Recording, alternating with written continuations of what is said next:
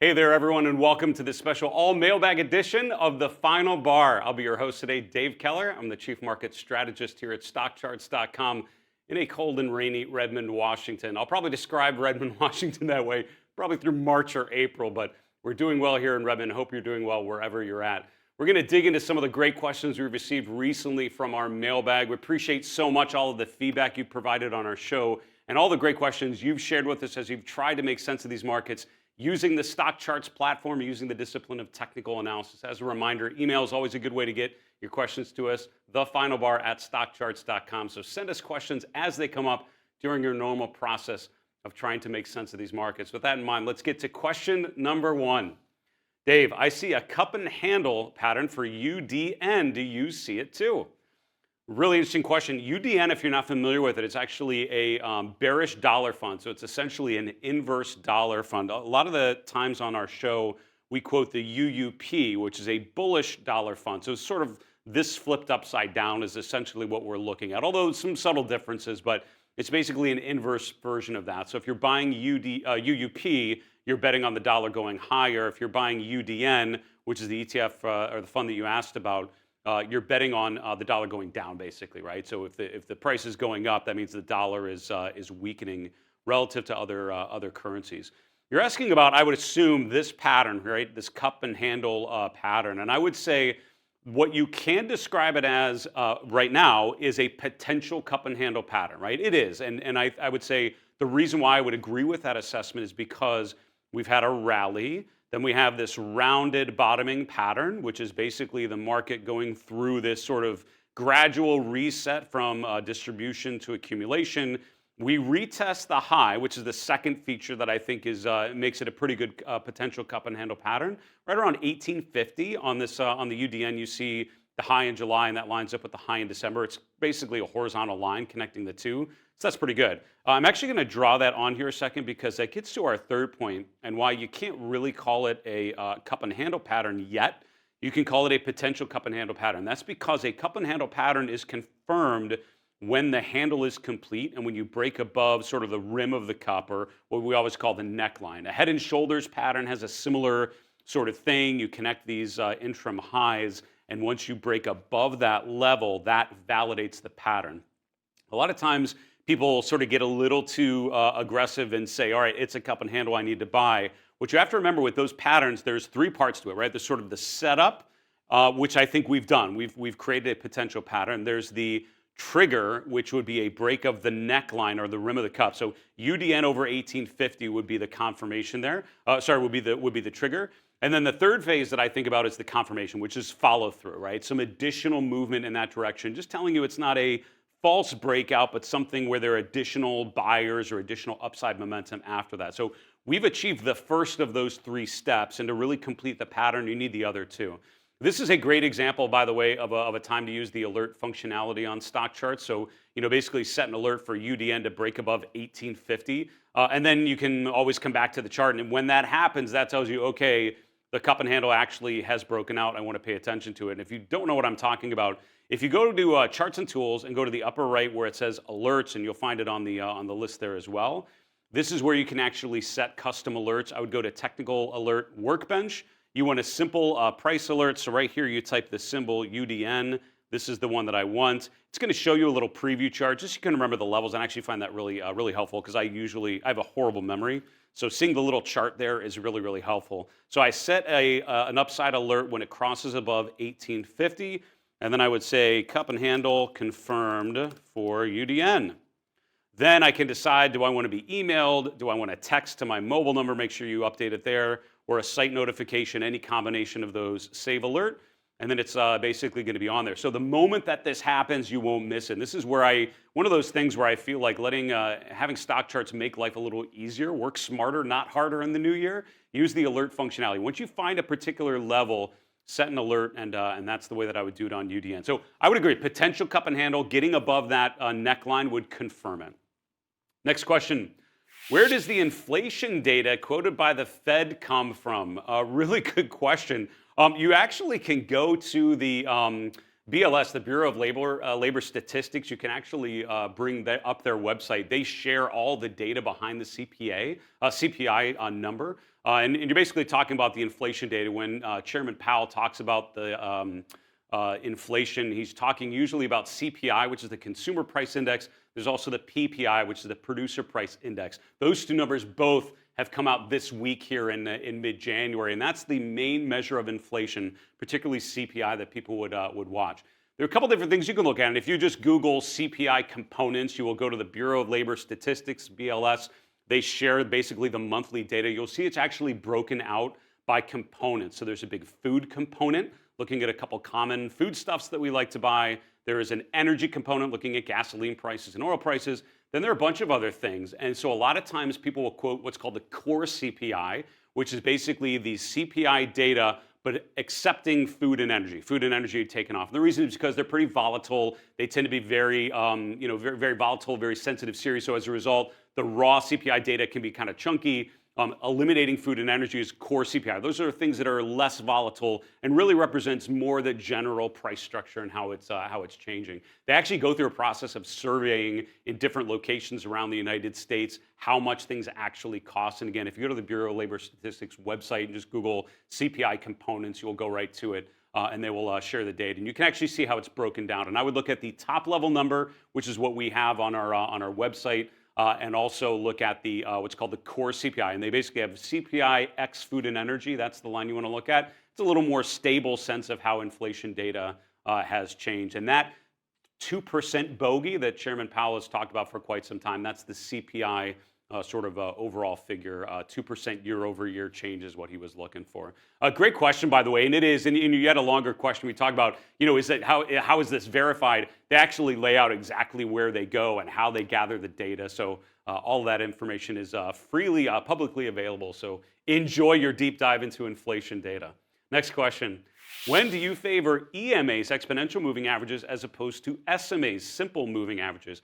I get this question pretty often, and I love it because I appreciate that with technical analysis and with technical indicators, there are just so many different tools that you could use, so many different indicators. And just in the course of this show, if you watch it regularly, which you should, and you listen to some of the guest comments, the guest conversations that I have, every one of them has a little different toolkit. There are certainly some similarities between them, but some of them use very different toolkits and information that they're gathering with which they make sense of the market. Someone like Jeff Hirsch leading very much into seasonality and cyclical patterns. Larry Williams going in deep market history, looking at similar periods and thinking about what has worked and what hasn't. Someone like Jeff Hughes looking more at Elliott Wave and Gann.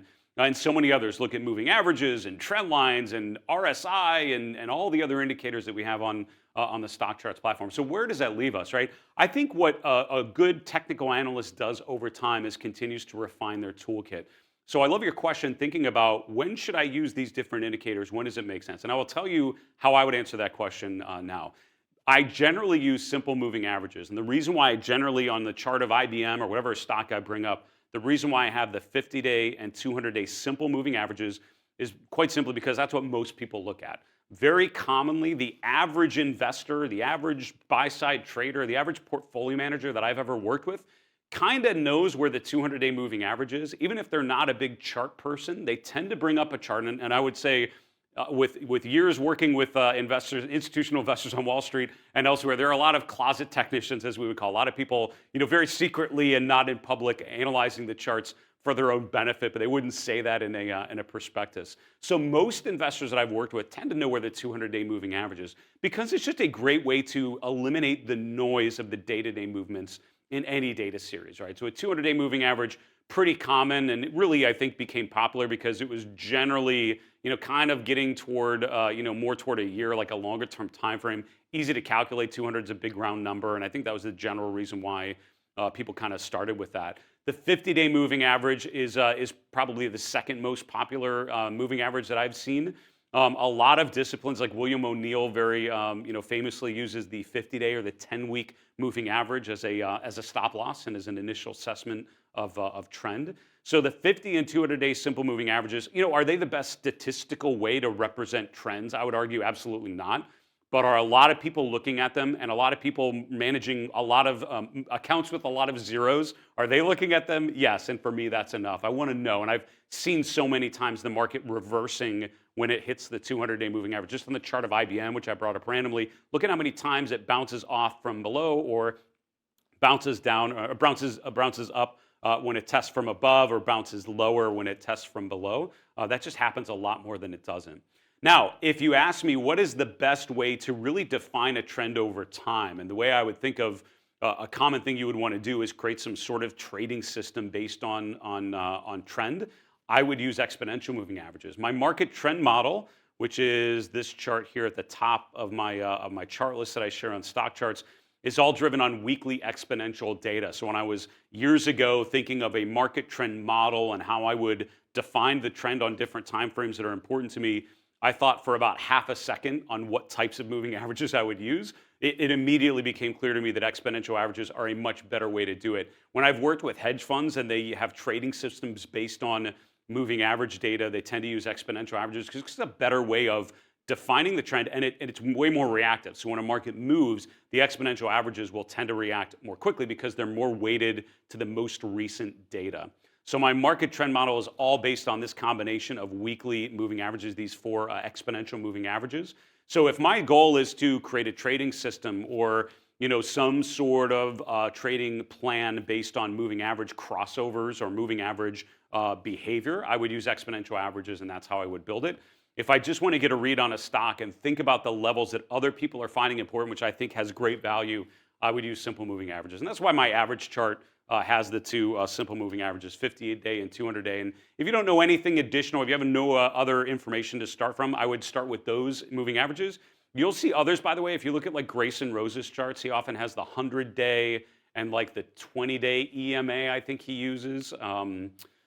T.G. Watkins uses some other exponential averages as well. So look around and see if you find one that resonates with you and what you're trying to do, and that could give you your next ones.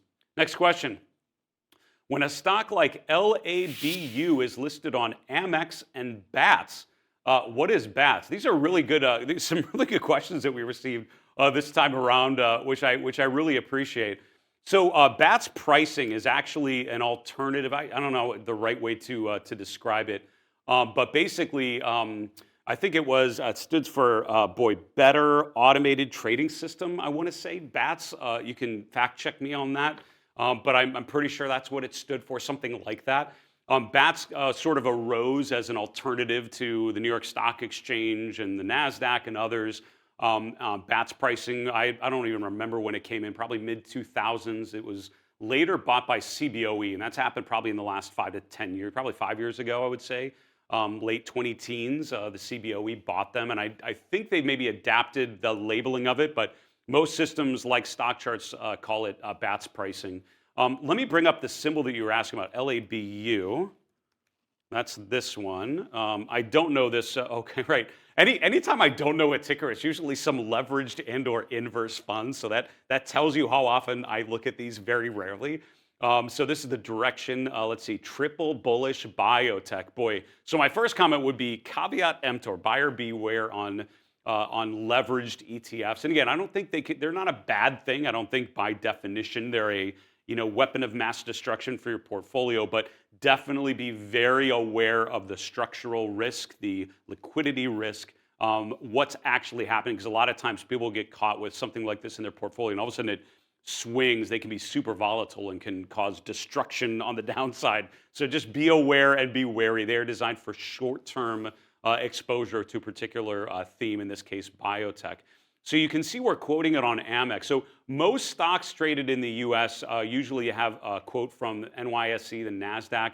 We're actually changing a lot of our data providers and just looking at how we can provide the best equity and ETF-related data to you at a reasonable price. So we're looking at different alternatives to it. There are a lot of others that you'll find out in the market if you look at different websites. The Amex, of course, used to be its own exchange. The American Stock Exchange eventually got bought up by, what was it, NYSE, I want to say, years and years ago, and now it's sort of shuttered and just a separate pricing thing. All of that is to say, when you see Amex or BATS pricing, all that means is it's basically a different pricing source. It's not traded on the floor of an exchange, but it's more of an electronic thing, which most things are. electronic pricing source. And something like BATS is basically a delayed pricing feed. It's really more of a real-time pricing feed, but it's based on an aggregate of a number of different sources, and it's really, really close to any real-time feed that you probably have access to. So for most investors, besides like heavy institutional traders, high-frequency traders, BATS pricing is good enough. It's a good representation of where the market is at for any particular thing. So for U.S. stocks, you usually don't have to care too much about it unless you're in a really illiquid, really small, like a pink sheets kind of name. Then you need to worry about where the pricing is coming from. But for LABU, you're in good shape. And again, I always be wary with inverse and/or leverage funds. Just make sure you know the risks that are involved. Next question: what's a recommended chart for beginners? I love the simplicity of this question. I love that you're getting started. I wish you well on your ongoing investing journey, your lifelong investing journey, most likely. Honestly, I would say I would selfishly suggest the chart that I show most of the time is probably a pretty good start. My approach tends to be fairly simplistic. I don't like a lot of complicated indicators or noise on the chart. I like to keep it pretty straightforward. So what I'm trying to do when I bring up a symbol is look at this combination of things. Number one, I want to know basics about how big this company is, what their general earnings is, when are they reporting earnings next. Those are basic things you want to know. Dividend yield, right? Are you getting some sort of income component by owning this stock in the form of a dividend? I think those are all basic sort of due diligence things you want to understand about a company that you might be investing in. The daily bar chart for me is a 2-year chart with the 50 and 200-day moving averages, and I think that's a really good time frame for a lot of sort of medium-term, long-term investors just to understand where we've come from and start to think about what might be coming next. And then I have 2 indicators below the chart, and I would caution you of doing anything more complicated than what I'm about to show you here. RSI is a measure of momentum, and I think that's a great way of just systematically identifying, are we a little too aggressive on the upside? Are we a little too aggressive on the downside? And recognizing that there's always a mean reversion on that swing trading time frame. That's a good way to kind of identify or anticipate some of those. And then this is maybe the most important thing on the chart, which is relative strength. How is this stock or ETF performing relative to other stocks or ETFs I could be buying or selling? And a lot of times, in general, avoiding stocks and ETFs where the relative line is going down and making sure you own more things where the relative line is going up. That just means you're doing better than the market, doing better than the benchmark, better than the average stock. And that's usually where I want to be with my portfolio. The other option you can have, and I would say, how can I easily do this? I think there's the default chart that we use, and I think it's called the John Murphy, but it's been a while since I've done it. It might be this one. Actually, no, it might be this other one. I think there's SCC default. I think this is still our default chart. This isn't a bad place to be either, but again, you'll notice that with the charts that we suggest to you, we don't make it any more complicated than like 2 or 3 indicators. And what I find a lot of new investors, particularly using technical analysis, do is they tend to way complicate things. They use some obscure indicator. They have a bunch of indicators which just provide noise and don't provide clarity. I want my charts to help me answer questions, not confuse the questions that I'm trying to ask. So hopefully between those 2 charts, you have a good sense of a basic starting point. By the way, our chart school is a free resource. I would explore that. A lot of good simple chart examples in there that you can start with, all of which you can copy to your own login and then go from there as you learn more and more. So good luck to you, and I would start with some of those charts. Next question: how can I scan for mid and large cap stocks that crossed above their 50-day moving average a week ago? Ooh, how quickly can I build a scan on a show? Not quickly is the answer. So to get to our scanning engine, by the way, and I would tell you, if you watched the top 10 charts for January 2024, Grayson Rose and I did that one last week. Make sure you go back and review that. We had a lot of great conversations, but one of the things that came out of our discussion of those 10 key charts was how often we use the scanning engine on StockCharts. Just a great way of identifying opportunities and making sure you don't miss something. On your dashboard on the upper right, you can click on Scans. And here are a bunch of scans you may already have. You may not have them, but these are ones that these are ones that are already in your login. If you don't have any, you can click on New Scan and you can build them from scratch. A lot of times I would also encourage people start with our predefined scans. So if you go to Charts and Tools on the right, down here a little bit, there's a thing that says predefined scans. So we have a bunch of separate predetermined scans that we created a long time ago. and just keep them updated. So we have them running all the time. We post all the results, so you're welcome to take them. So this is, for example, this is one where it's bullish 50 and 200-day moving average crossovers. I'm going to bring this up, and you can see at the top, here are the results, and then it says edit scan criteria. I'm going to go there, and I'll show you. It is a long-winded but pretty simplistic if you look at the details of what this is. And this line right here that I'm putting down to number 3, this is the line that's most important. So this basically says today the 50-day moving average is greater than the 200-day, and yesterday's 50-day is less than or equal to yesterday's 200-day. So literally we're basically saying today it's higher, yesterday it was lower, and that means it crossed above. So we don't have a separate argument that says there was a cross. You basically just compare the values and you can create it. So if you would take this exact syntax and change this to the daily close and change this to yesterday's daily close and put the moving average or whatever it is, that's how you would do it. So that's what I would do, is basically turn that argument into what you asked about. Price above, crossed above the 50-day or crossed below their 50-day. So I would set it up that way. Then what you do is up here, you say, I want to start X trading. So you can actually back up the scan and run it in the past. So two things you could do. You could basically use this syntax to say 5 days ago and 6 days ago, or you could use weekly data and say last week and the week before, or you could make it current and just back up the scan. You have a couple different options. If you run into trouble basically taking all the gibberish that I just said and turning it into a scan, hit our help desk, our support desk. Just go to the help button in the upper right. They can help you tweak your scans or point you to an article that explains the correct syntax to use. But just from this little preview, the scanning engine, once you get familiar with it, super powerful in terms of the capabilities. And if there's a particular technical phenomenon you want to capture, like stocks breaking through a moving average at a certain point, scan engine can be great. And then what you can also do is automate that. All right, every week, send me an email with the new stocks that have crossed above their 50-day. That's all something that you can and probably should do with our scanning engine. Great question there. Next one, do you ever use the extended hours when charting?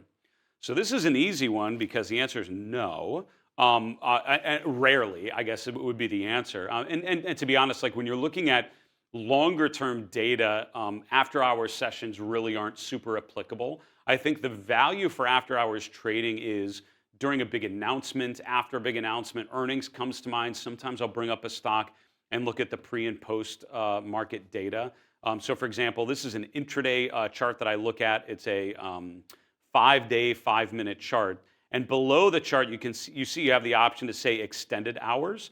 So what you can actually do is add extended hours trading right onto the chart. And that's a way you can see. So it's shaded in blue, kind of this blue-purple color is the post-market after 4 p.m. Eastern.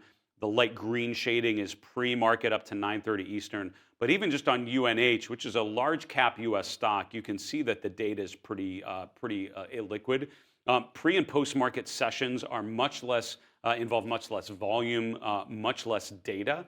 And much less data that I think you really want to believe in. A lot of times you'll see a move after hours, but then the market opens the next day and it's completely different because institutions, generally speaking, aren't going into pre and post market trading, particularly if they're moving larger volume. They're going to do that, usually at the end of the trading day. And so, after hours can be helpful just to see if there's an initial reaction to like a big economic release, to an earnings announcement or some big news event, right? Apple announces they're getting rid of the iPhone. It's like, oh my gosh, what's happening to Apple after the close? That didn't happen, by the way. I just made up that headline. But if it did, you would bring up the after hours trading and just see what sort of reaction there is. But I think for most investors, that usually provides more noise and less clarity. I'm all for simplifying, and I would say the day trading session from 9:30 to 4 p.m. Eastern at this point is where you want to probably focus your time. On intraday charts, that's how I would use that extended hours trading sometimes. Next question.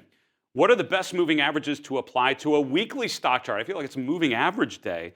What moving averages? Great question. So on my daily chart, I have the 50 and 200-day moving averages. On my default weekly chart, I have the 40-week and the 150-week. So there are two general schools of thought with what you do on weekly and monthly charts. One school of thought is basically have a different moving average combination for each one, right? So on the daily, for me, the 50 and 200-day are the combination that I like to follow, so that's it. On the weekly chart, for whatever reason, I've done a bunch of testing, I've looked at some other providers and seen what, research providers and seen what they use. And so I adapt a weekly, some people look at the 50 and 200 week just because they're used to how that kind of looks and they like the consistency across timeframes. I go with a different school of thought, which is I like similarity, right? So I like on the weekly chart to understand where the 200-day moving average is because I think it's super important. So my first moving average is the 40-week, basically because it's a proxy for the 200-day. So it's kind of like having the 200-day moving average on your weekly chart. It's not exactly the same, but it's really close. And so it's really helpful to jump from the 200-day, and I even make the colors the same, right? So the 50 days in blue, the 200-day is in red, and on my weekly chart, the 40-week is in red as well because that's kind of the 200-day, and then I have the purple, which is the 150-week. So for me, that kind of helps me connect across those time frames. That kind of works for me. And if you don't have a better answer than that, I would encourage you to kind of go there. That's helpful to just think about multiple time frames and how they're linked up. But again, you can use whatever combinations you want. To set the different combinations, you go down to the bottom where it says overlays, select simple moving average or exponential moving average, whatever it is, set the parameters. And then what you want to do is save a chart style. So I have a chart style called SCTV Weekly. This is the default weekly chart that I bring up on the show.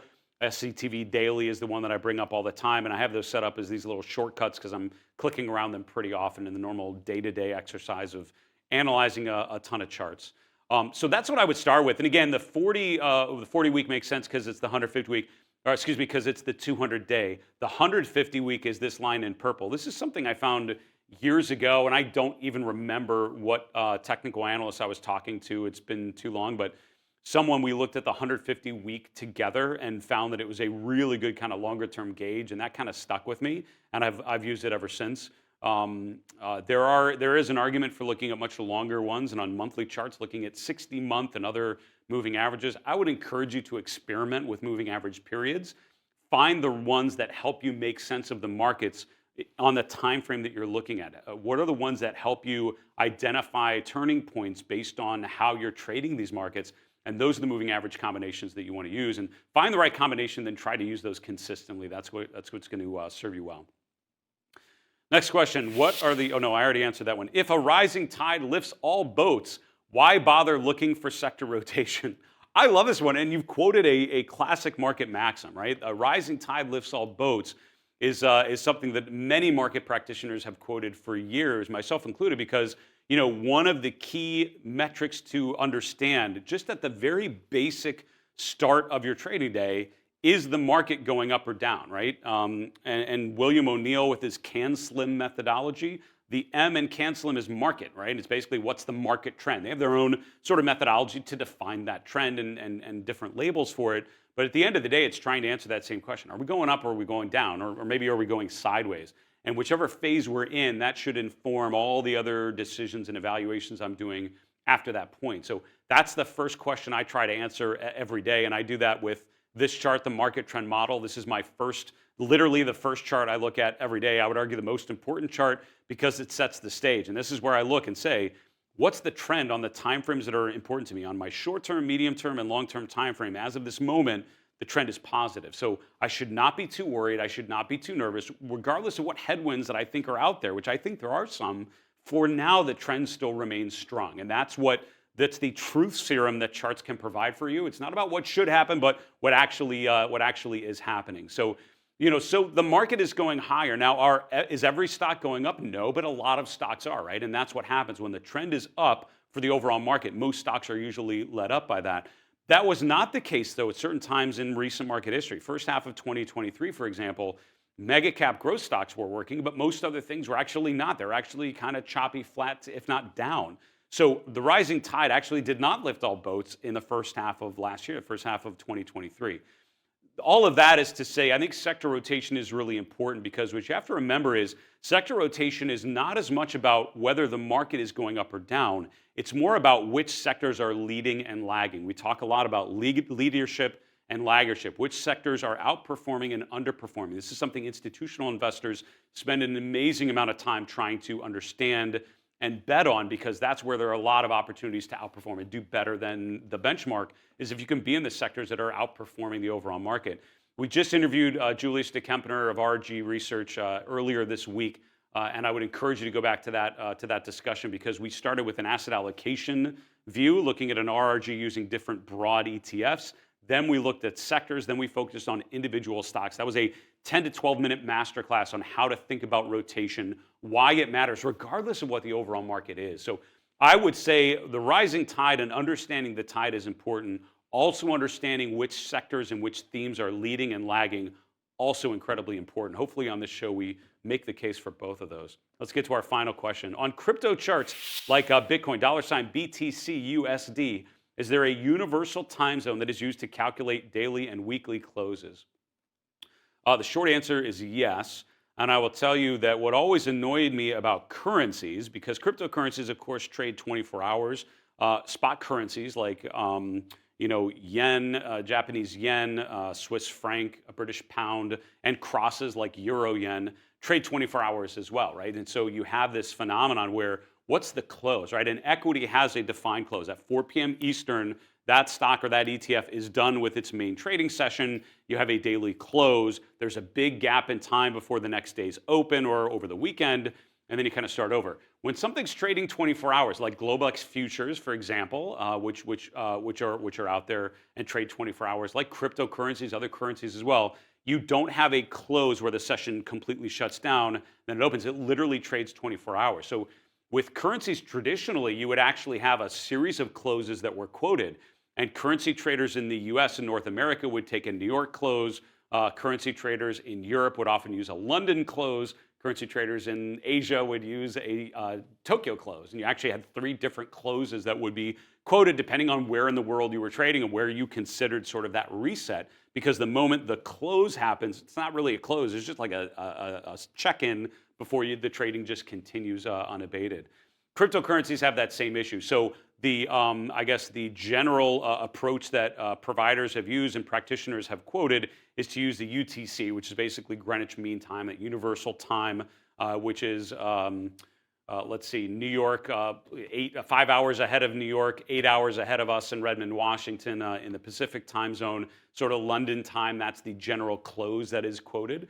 So our charts are quoted on that same metric. So when you go to the dashboard, and you go to the, you see these, you can see it's quoted in Eastern time.